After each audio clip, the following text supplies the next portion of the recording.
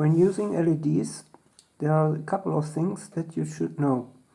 First of all, the LED looks like this, and there you have a minus and a plus terminal, and the minus terminal is the one with the bigger wing on the right, and this is important so you don't mix up polarity when you connect the LED to the circuit. And sometimes you don't have a data sheet for the LED, or you only have a few data like the maximum current that can flow through it. And in this case, it may be useful to produce your own characteristic curve. And for this purpose, you can use a circuit like this, where you have the LED there. Note the polarity, the minus is below, the plus is above. And the circuit is composed of the power source, a resistor in series with the LED, and between the resistor and the LED you can put the ammeter, and on the terminals of the diode you can put the voltmeter, where you can measure both the voltage and the current which flows through the LED.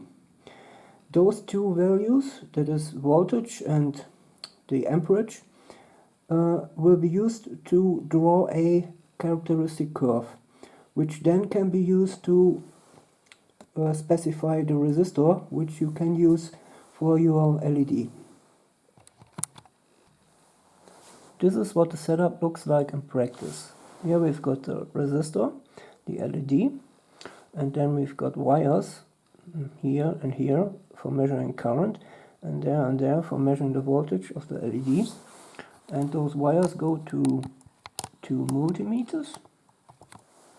The left one measures the voltage of the LED and the right one measures the current. And I'll make a measurement series now with steps of around 0.1 volts by using this power supply on the left, and using this measurement series later on for producing the characteristic curve. So let's start. Start at around, I've had a look before in the dark when the LED starts to emit light, and that was at around 1.4 volts. That should be the threshold voltage. So let's put it to something that can be measured as a current, smallest value.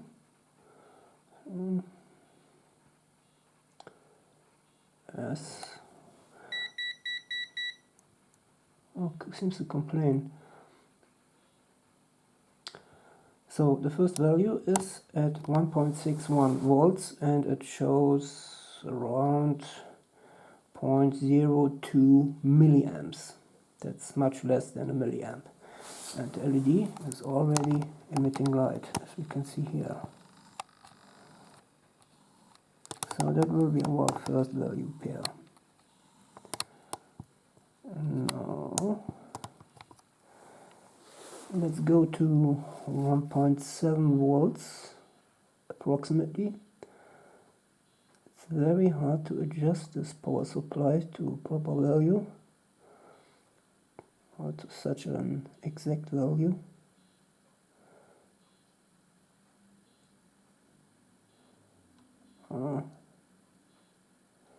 Not easy. It seems to complain because I don't use it all the time. I don't know. Automatic shutdown.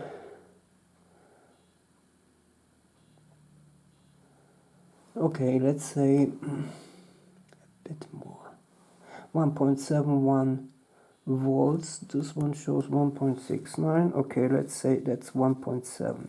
And on the right it says 0.27 milliamps. Next step, around 1.8.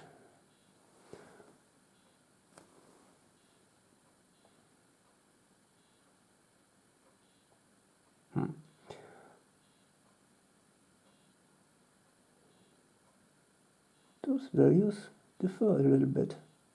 The multimeter and the power supply says something different. Let's take the values of the multimeter. I hope that's the right voltage. Of course, that's the right voltage. That's the voltage of the LED, that's the supply voltage. At first they seem to be the same because the LED draws all the voltage from the power supply. That's why they were different. So later on, for the second value, I have to look that up again, what value that was. Now let's put that to 1.8 on the LED on this multimeter. Yeah. Oh, that's not quite. It's still 1.8 volts. Okay, and on the right it says 2.84 milliamps. Next step. See the voltage rise here, and of course those voltages add one voltage. That's a voltage divider in principle, is on the resistor, and most part currently goes onto the LED. So go to 1.9 volts, 1.9, yes, it says 10.79 milliamps at 1.9 volts on the LED. Next step, it would be 2 volts. As far as I remember, the curve is very steep at that point, so let's take a few smaller steps, say 0.05 volts or 50 millivolts. Next step would be at 1.95 volts, which is here, and there we have 17.94 milliamps. Next one, 2 volts.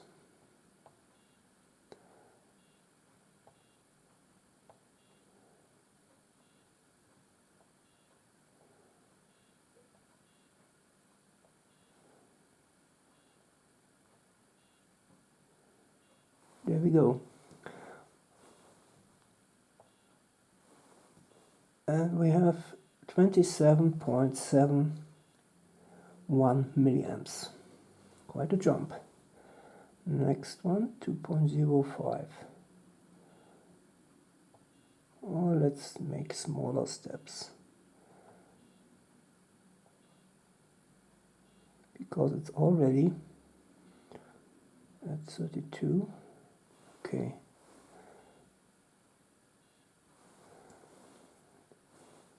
2.02 volts and 33.41 milliamps. Next one is fluctuating a bit. Those values are not very much exact values. It should be, but it should be sufficient for producing a usable characteristic line. We have 2.04 volts and 40 milliamps.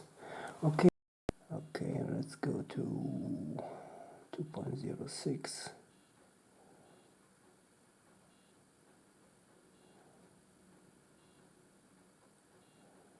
We are now at 2.06 and 46.4 milliamps. Let's see which one will be damaged first, the resistor or the LED, because the LED has a max of 50 milliamps.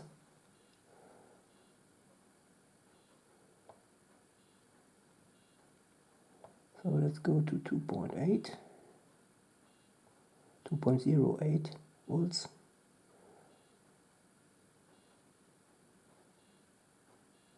And there we have 53.8 milliamps. Oh, still a little higher. 2.1 perhaps.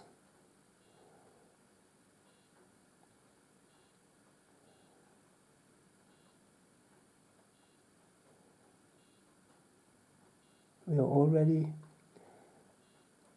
at 8.4 volts on the power supply. Now we have 2.1 volts on the LED and 36.7 milliamps on the LED, which is shining pretty bright now.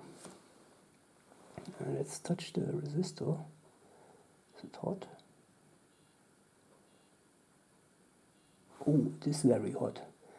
I'll go down now. I think we have enough values for our characteristic curve.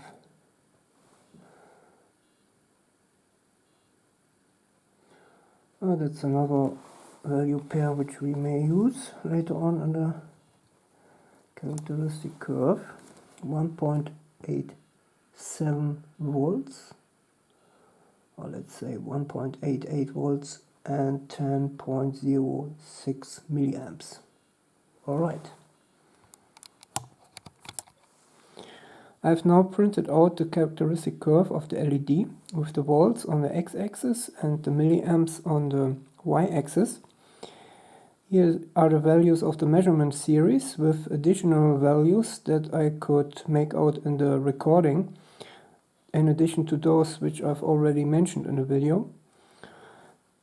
And now we can use this curve to specify a resistor that we want to use for a certain current.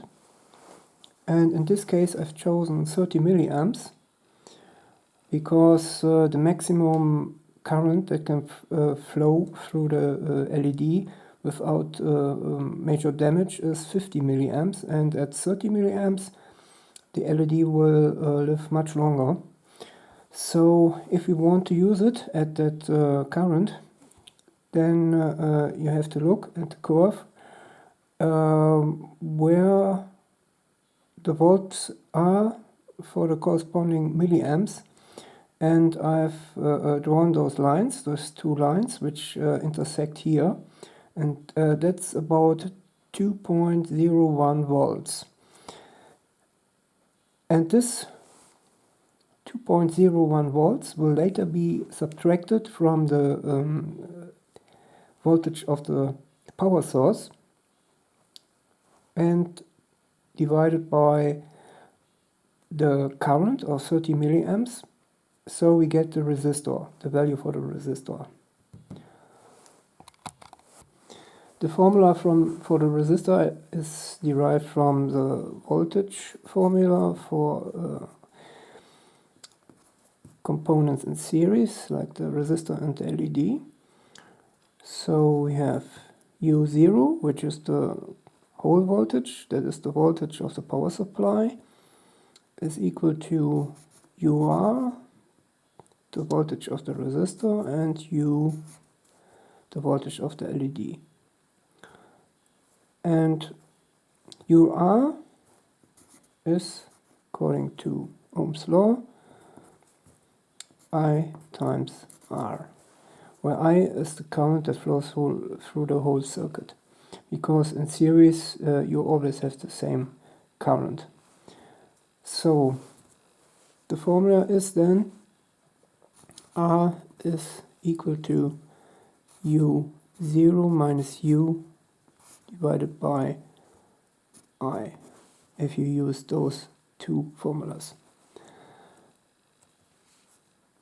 And this is if you use, for example, a power bank which runs at 5 volts, so that's very often the case.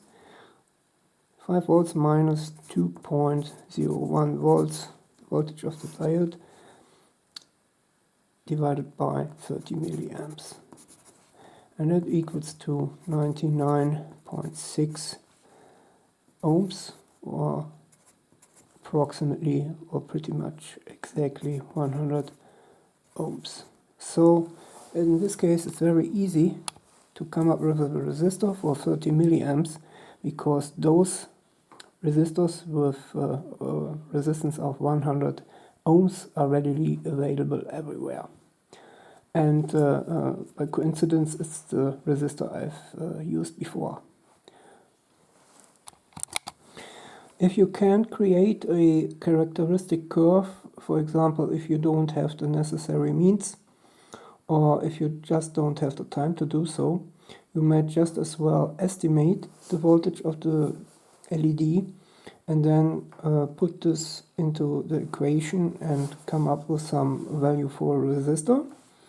For this purpose you might want to use a rather low value for the voltage of the LED, so the resistor becomes a little bit bigger than perhaps necessary. But in this way you will make sure that the LED will not get damaged, so you take a more conservative view if you take a lower voltage for the LED. You could also calculate the value that's needed. Therefore you would have to know the exact function for the curve, and turns out that this function is according to the Shockley-Diode equation. ID, that's the current of the LED or the diode, is equal to IS, which is a saturation current or something like that, times this term VD, that's the voltage of the diode, so e to the power of VD divided by n times VT minus 1. And there are, where IS and VT are vary with temperatures, so this can be quite tricky to use, so you would have to know both values of VT and IS.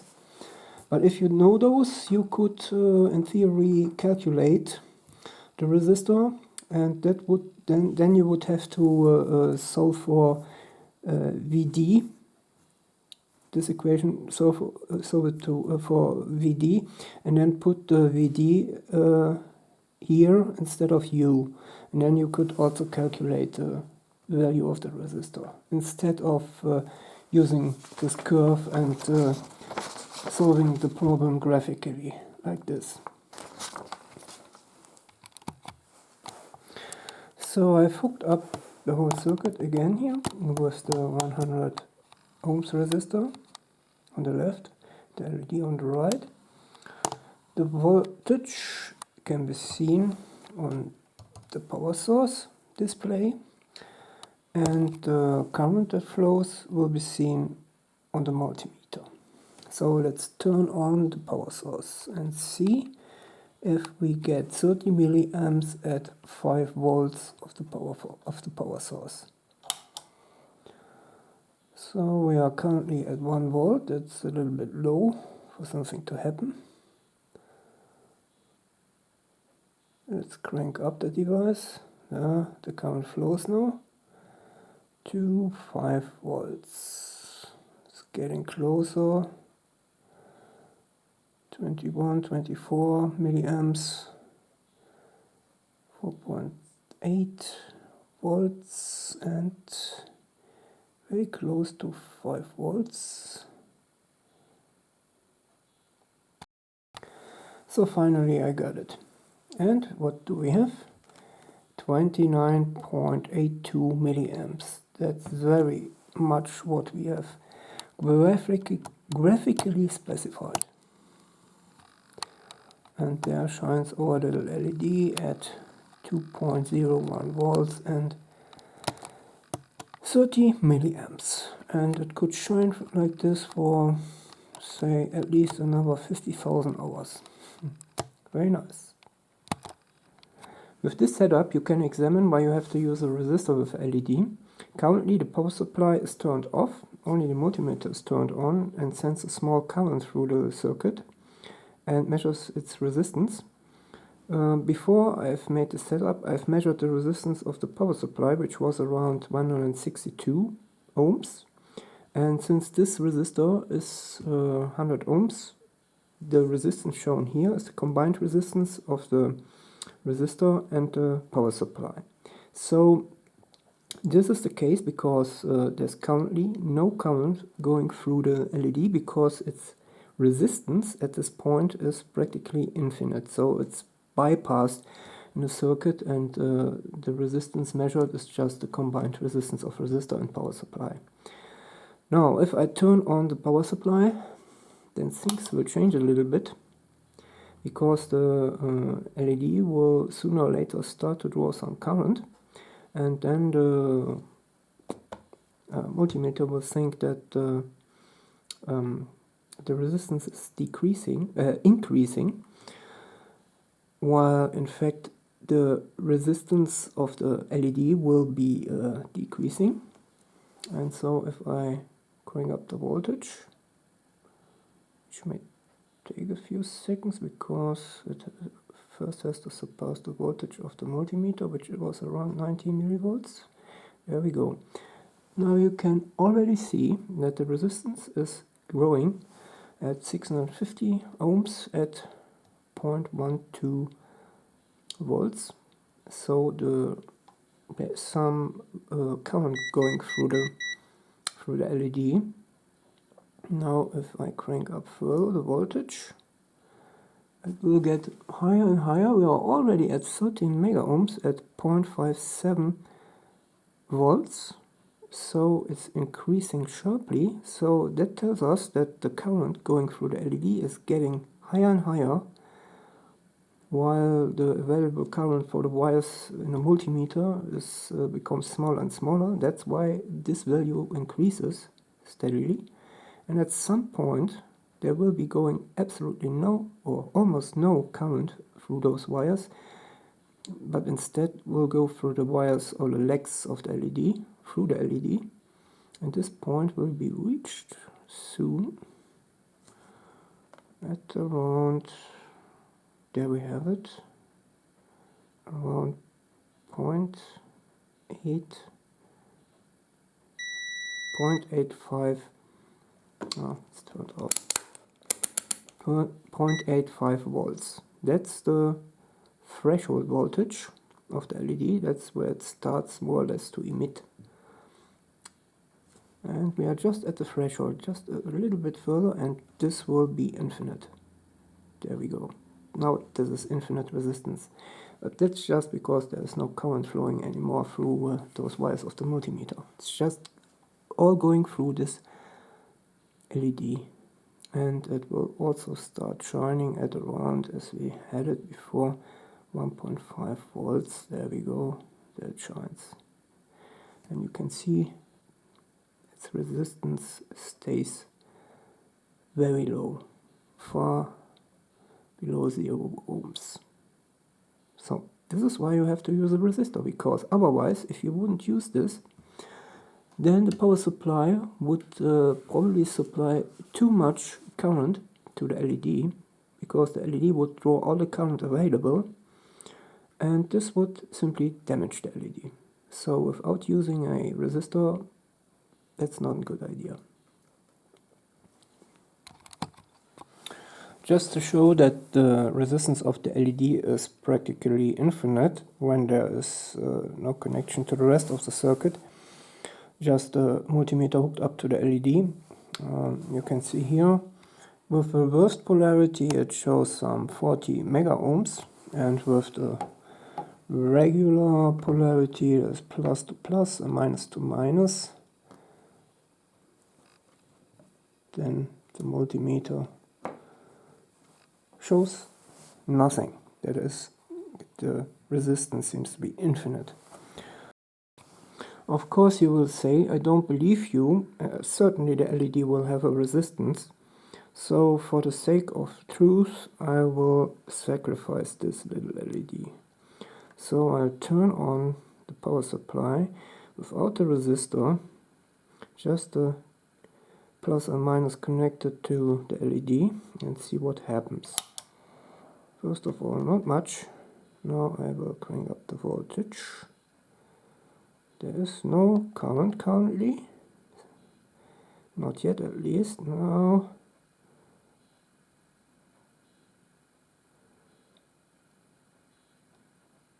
there begins to shine.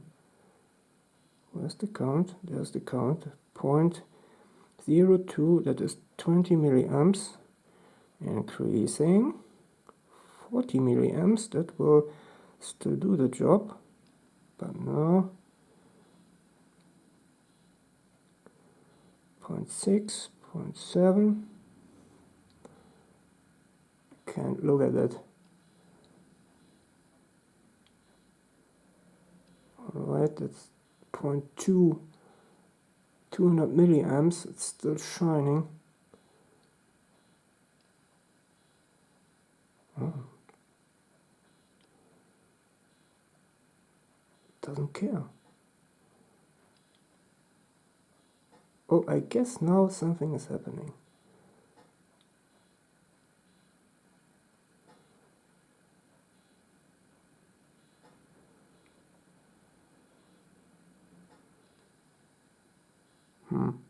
Strange behavior, as you can see. I'm cranking further up the voltage, but it doesn't increase. No idea where the voltage is going. Nothing is happening. Huh, that's really weird.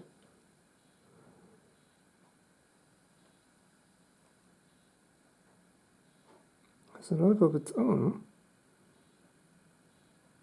We are at 370 milliamps.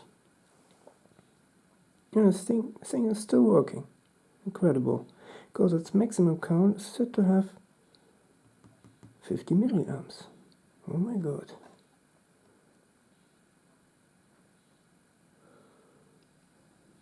So, experiment gone wrong. You can use this one without a resistor. That's crazy. Just a question for how long.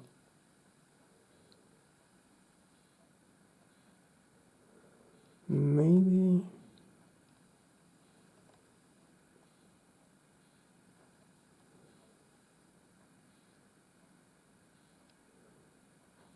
something is happening. The current is going down.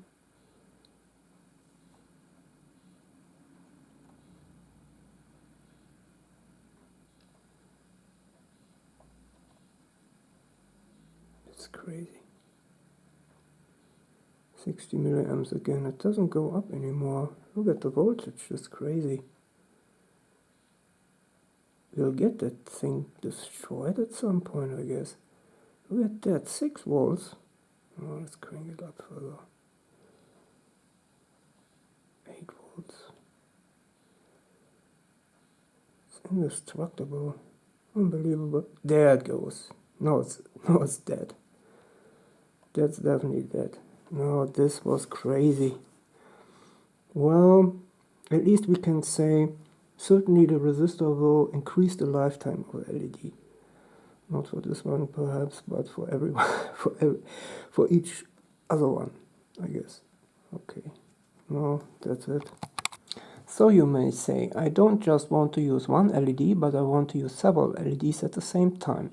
For this purpose, you can, for example, use them in series, if voltage is not a problem for you, or for your power supply, and then hook them up like this with a resistor.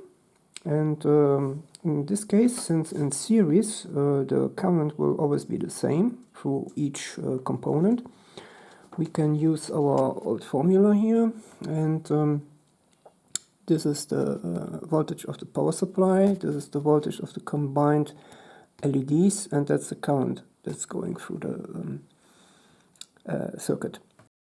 So now let it shine.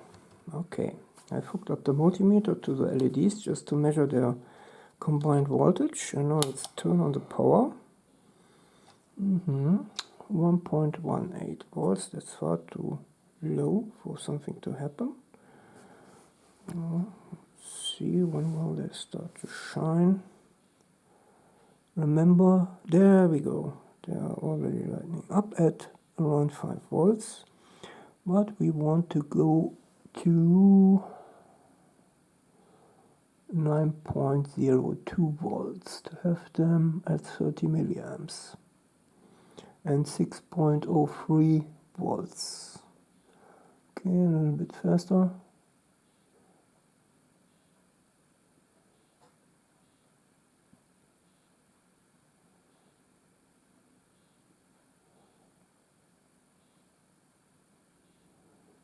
.02 volts, and we have a voltage of 5.892 volts on the LEDs. That's a little less than expected.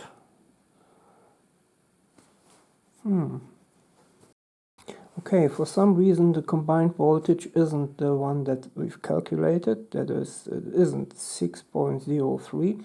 Let's see if at least the current is at 30 milliamps. For that, turn on the voltage. Alright, what's this? 8.94 volts, and we have around 30 milliamps. That looks alright. Just a little bit further. 9.02 volts and 31 milliamps. That's okay. So the voltage, for whatever reason, is a little bit smaller, and therefore the current is a little, just a tiny little bit higher, but that's acceptable. So in series this works pretty fine as well.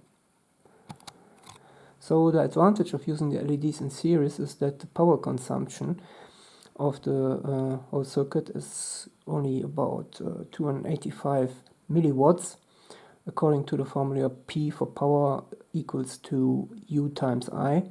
So in our case 9.02 volts times 31.68 milliamps. And compared to parallel circuit, this is way less power consumption. So if you can provide enough voltage, then you should use them definitely in series. Now let's turn to the configuration in parallel. Just before that, here's a small sketch of the circuit with the LEDs, with the 3 LEDs. So we have around 9 volts at the power supply, a resistor of 100 ohms, and so we have a current here of 30 milliamps flowing through the LEDs. The more voltage you can provide, the more LEDs you can put in series. You of course have then to check the resistor, value of the resistor, and how much milliamps you want to use with them. If you have a limited voltage source though, for example a power bank which runs at 5 volts, then you only have a limited number of LEDs which you could put in series. Here in this case would be just 2, but if you want to use more than 2 LEDs at the same time with that power source, you have to put them in parallel. And that's what I've done here. I've used 3 LEDs in parallel, and I will hook them up to 5 volts from the power supply, and also measure the current again. And in this case, since they are in parallel, the overall current will be around 90 milliamps. So the current, since the current is split up when they are in parallel, each one receives 30 milliamps, and altogether it's 90 milliamps. And according to our formula, we put in 5 volts and 2.01 volts for the voltage of the LED. And we have 90 milliamps, so we get around 33.2 ohms of resistance that we need. Now this voltage is a little bit different, but it doesn't matter very much. I measured around 1.98 or so volts, which you can just see in a moment. And now I turn on the power supply. and it's already almost at 5 volts.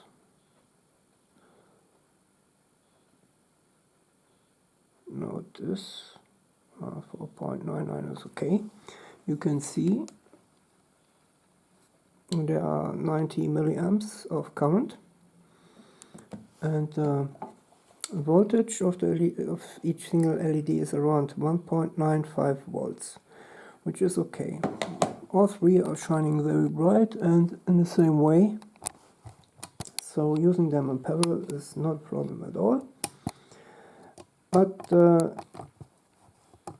since we have a different current, we also have a different resistance. As said, it's around 33.2 ohms, and therefore we have to use a resistor combination, because usually you don't have such a resistor as a spare part. They come in values like 47 or 100 ohms, and it's very practical that convenient here to use 47 and 100 ohm, because according to the formula of the resistor or resistance, they will equal to around 32 ohms, which is pretty much what we need, 33.2 ohms.